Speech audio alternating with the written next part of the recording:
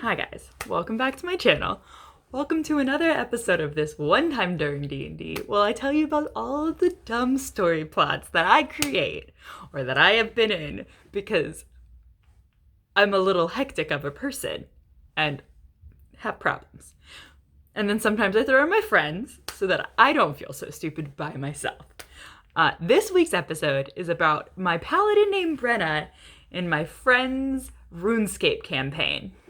That's based off of the RuneScape world, so all the cities are RuneScape themed, and all of the quests, as far as I can tell, are from the RuneScape universe.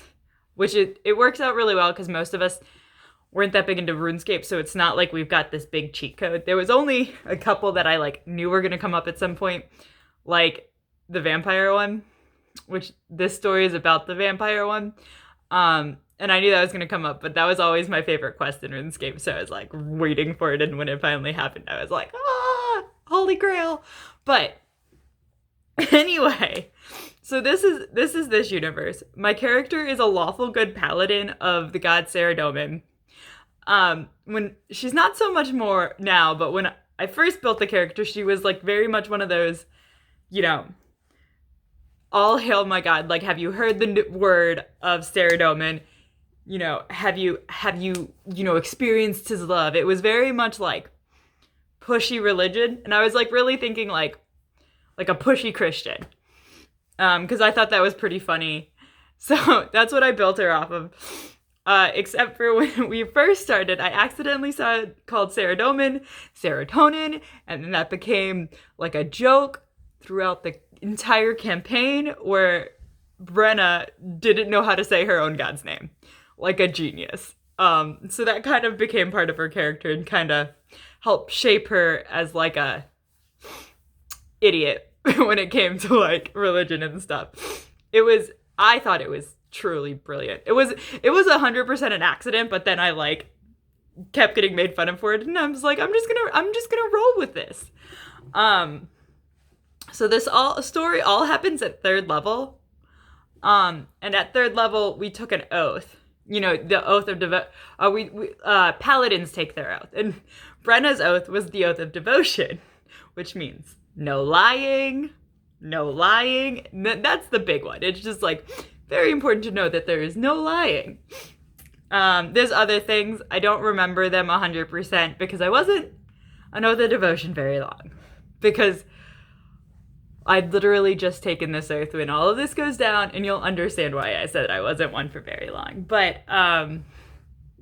so when all of this starts, we end up walking through Draenor, the village. And while in Draenor, we notice that everyone in the village is totally scrawny, and they look sick and weak. The village overall is functioning as normal, but everybody just looks sickly and skinny and malnourished almost would be I guess the way I remember it being described, but more than that. Everybody just didn't have any substance to them. They were just all skin and bones. So we come up onto this town, and we're oh, we got to figure out what's going on. This isn't normal, because there's obviously something going on. So we stay the night at the village, and we catch that night that there's men that come into the town to take away people every single night. Or at least this night there was men that came into the town to drag a villager away. And so we decide that we're going to sneakily follow them to find out what's going on. And so we follow these guys, but hiding. We're stealthing.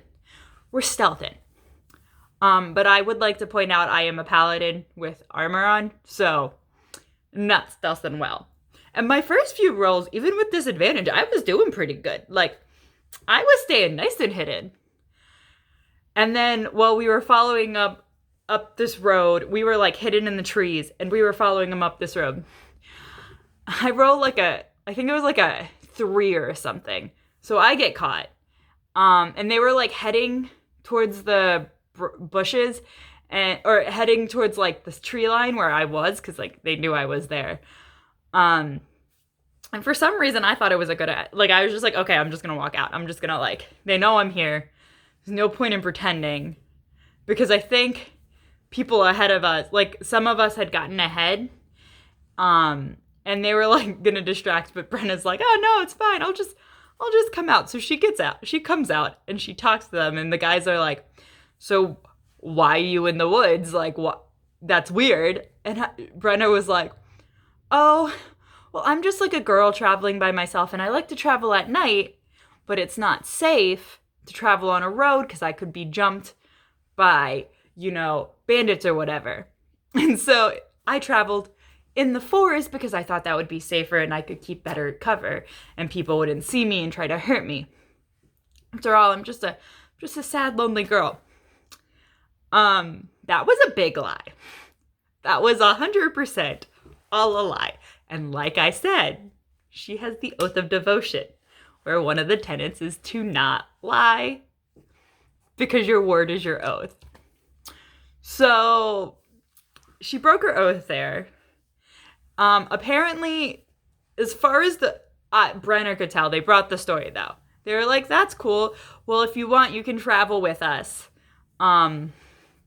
We'll take you to our boss's manor, and you can spend the night there, and then finish your travels in the morning. And she was like, oh yeah, that's cool. But at the same time, like, within that same conversation, like, as it's ending, she realizes that she no longer feels the presence of her God. And she, like, realizes in that moment, like, that like, godlike that was inside of her, that was giving her abilities and giving her all of her powers, was just gone. And she was, like, hollow of it. So at that moment, she ends up feeling empty and broken, and, like, she is soulless. And so I have her, like, just blindly follow these guys. Not stopping, not responding, just, like, following. Like, kind of zombie walking, because she's devastated. She's never not known what it's like to have the blessing of serotonin. And so she's like, I don't know who I am right now. I've, like, literal shock. Best way to put it is she's in just 100% complete shock. So she's just, like, walking forward and, like, keeps walking. And eventually we happen upon the manor of this dude. And the rest of the party stops the people that were going to the manor and tries to fight them and is, like, fighting them. I pay no attention to the fight. So I have no idea that they're, like, vampire underlings, basically, that they're fighting, because I didn't stop. I kept going. Because, like I said, I was in a trance. Like, she was in shock, and she was basically in a trance, and she was just moving in the forward direction, because she didn't know what was going on in her life. She felt empty, broken, alone. She was like, nope, I don't exist right now. Nothing exists. It's all just not here. And so she keeps walking. And she walks right into the manor, or she walks right through the gates of the manor.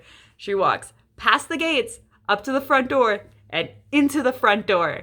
And she just, like, walks into this dude's mansion, and she walks, like, into the manor, up the front stairs, like the front hall case, walks down the hall, and, like, stops. Basically, she doesn't stop until she hits a door at the end of the hall. Because, like, that's the first spot she can stop. And so she goes into the room, and it's, like, this really cozy lounge area, like, lounge study area. There's, like, a desk, and then there's, like, a really cozy, like, side table and chair, like, cushy chair set up next to a fireplace. So it's, like, a nice study lounge area.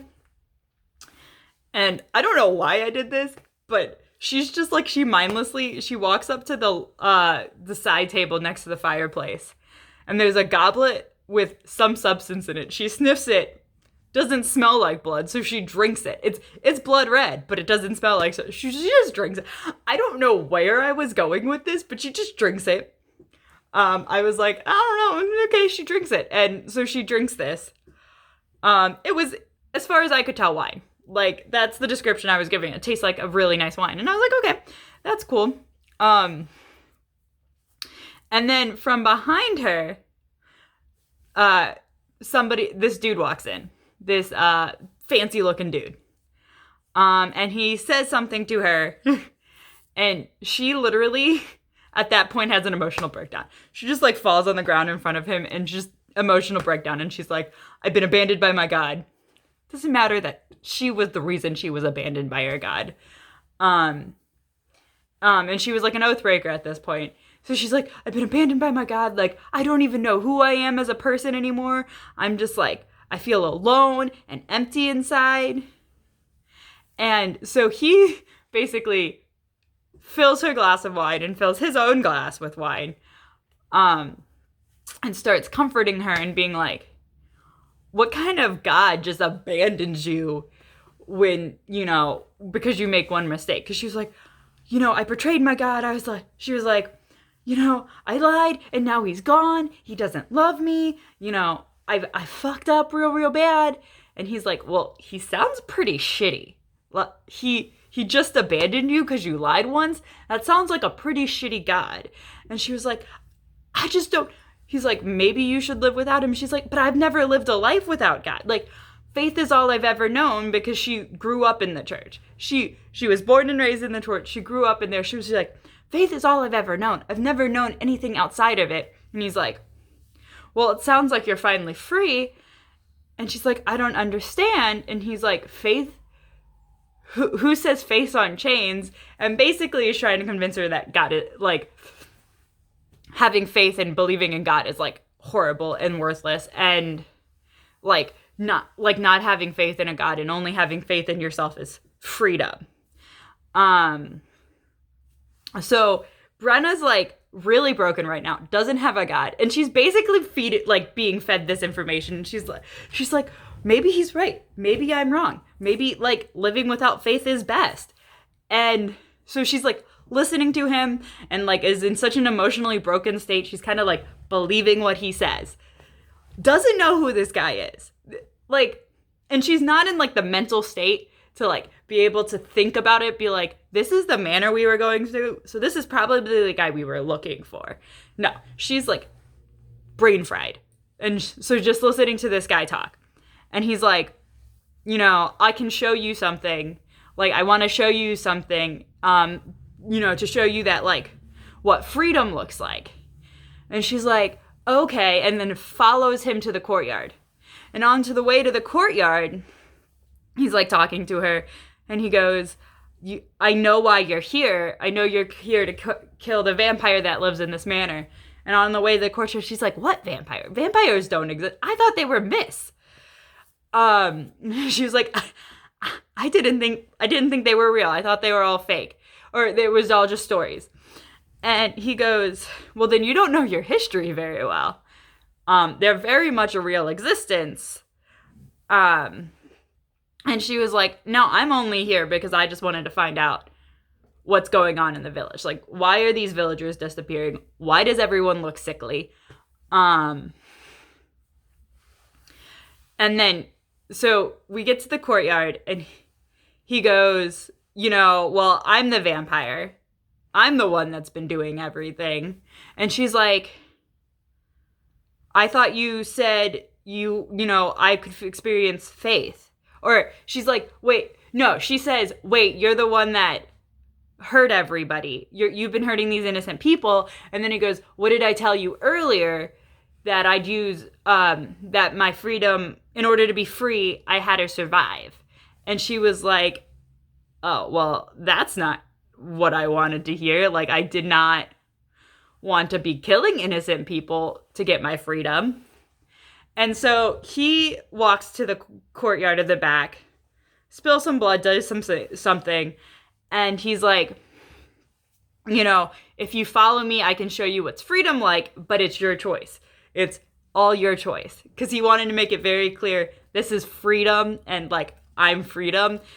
And for, like, a split second, I almost went into the courtyard, or followed him. But Brenna was like, no. And just, like, sprints the fuck out of there and leaves. I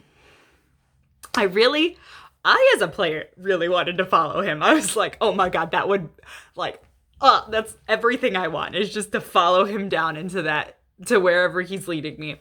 But I was like, Brenna isn't like that because she doesn't necessarily like she's at a deep emotional existential crisis right now. Like she doesn't know what she believes anymore. Like her understanding of God's gone. Like everything's like falling to pieces. But the one thing she knew in that moment was that she wouldn't hurt innocent people. She was like, no, I'm going to protect innocent people because they've done nothing wrong. And I'm not going to sacrifice somebody else so that I can continue to survive. I'm not for that. That's not my stance. And so she just like books it the fuck out of there. But I was like, oh, that'd be so good. And it took me a solid like 15 minutes because we were texting over the phone this entire scene. And I was like, do I do it? Do I follow him? And I was like, no, I've got to follow my character.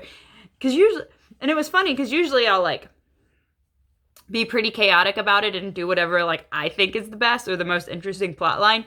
But most of my characters are built like that. But Brenna wasn't. And this was like one of the first times I was like, I'm going to do something counter to what I want to do because the character I built doesn't fit that personality trait. And I was like, oh, this is so hard. But she leaves. She ends up from that though, because she ends up being so sure that all she wants in life is to protect the innocent. And make sure that nobody ever gets hurt. She books it out of there and gets reinstated as a paladin, but under the oath of vengeance. So she's all good. She's no longer an oath breaker, but like she's no longer the oath of devotion. And I also got really lucky my DM let me do that because he could have just been like, nah, you're oath breaker now. But now she's got like a really shaky relationship with her god, like Sarah Dolman. I don't know if she's like feeling real strong about that right now, but she is real strong about like what she's fighting for. And she's fighting for him, but like the reasons why she's doing it, she's very firm on. Maybe not necessarily the god himself so much, which is I have another story that I will be telling next time about how that plays into like her character later on and how I'm canonizing my stupidity. I'm just gonna say that. But anyway, so that was the one time she almost got turned into a vampire, and I kind of wish she did. But she didn't. But she almost did. I hope you guys enjoyed. If you liked the video, like the video. Subscribe if you find me entertaining. Please find me entertaining. Follow my Twitch and my Discord. The links are in the description. And I hope you guys have a good rest of your evening. Bye!